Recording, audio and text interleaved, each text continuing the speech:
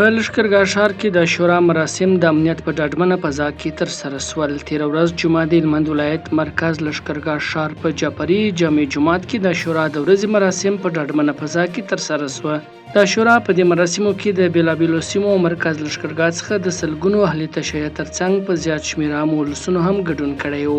د عاشورا د ورځې په مراسمو کې دیني عالمانو د اهل سنتو او اهل تشیع پر یووالي خبرې وکړې او زیاته کړه چې هیڅوک نشي کولی چې د دوی ترمنځ نفاق واچوي. د یادولو وړ ده چې د عاشورا د ورځې مراسم هر کال د امام حسین رضی الله تعالی عنه روح ته د دعا او د کربلا د ورځې د یاد تازه کولو په خاطر د اهل تشیع مسلمانانو لخوا په بېلابېلو مراسمو سره لمانځل کیږي.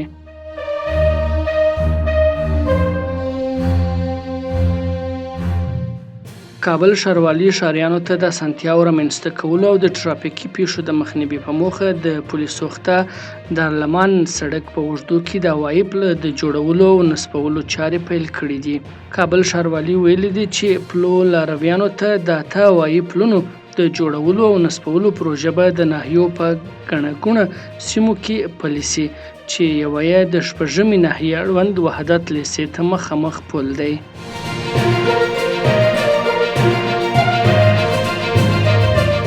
ملي دفاع وزارت د هوایي ځواک له لوري د 2 روسي هلیکاپټرو د ترمیم او الوتنې ته د چمتو کېدو خبر ورکړی دی. دغه وزارت ویلي دی چې دفاع وزارت اړوند د هوایي ځواک د تخنیکي او مسلکي ټیم د دوامداره هڅو په لړ کې 2 باله، یو MI-10 او بله MI-15 روسي نظامي هلیکاپټرې ترمیم او الوتنې ته چمتو شوي دي.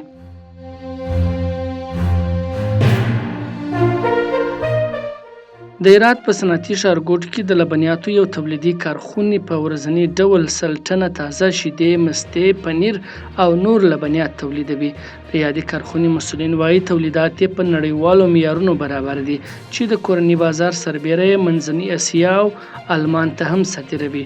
د یادونې وړ ده چې اوس مهال د هرات په صنعتي ښارګوټ کې 400 بېلابېلې کارخونې فعالیت کوي. د افغانستان بانک اعلان کړی چې سبا د یکشنبې په ورځ 12 میلیونه امریکایي ډالر د داوطلبۍ له لارې لیلاموي. د افغانستان بانک نن د یو ټویټ په خپرولو سره سوداګریزو بانکونو، صرافانو او د پولي خدمتونو له شرکتونو چې پر شرایطو برابر وي غوښتي څو په دې داوطلبۍ کې ګډون وکړي.